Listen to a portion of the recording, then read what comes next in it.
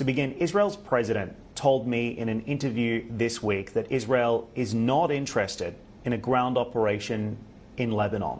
Do you believe that to be true? I believe that it is not in Israel's interest. It's not in Hezbollah's interest. It's not in Iran's interest. It's in the interest of no one in the region or the world for this to expand into a wider conflict. And that is part of what will happen with a ground invasion. So what might an Israeli ground operation in Lebanon look like if it does go ahead? Because that appears to be the messaging from some sectors of the government and from the leadership.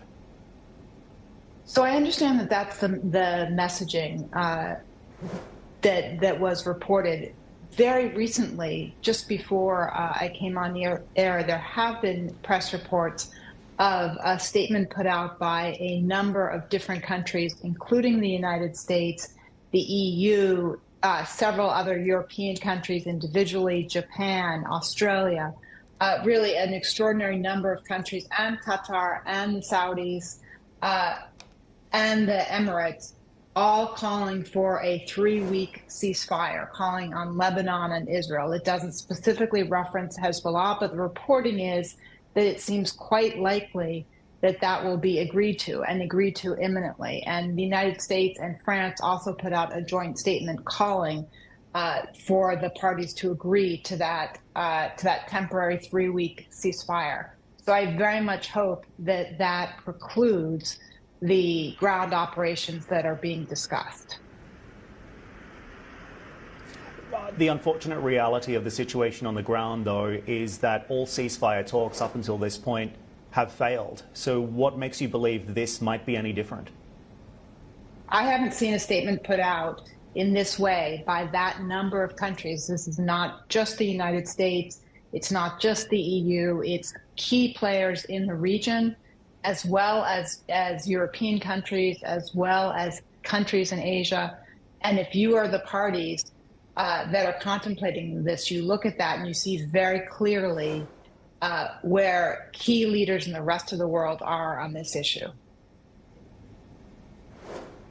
Can I ask you as well, of course, we have also seen Hezbollah's missile launch at Tel Aviv. How do you think that alters the overall dynamics of this conflict and ultimately Israel's military strategy moving forward? Are you surprised to see that level of attack now being pushed into Lebanon?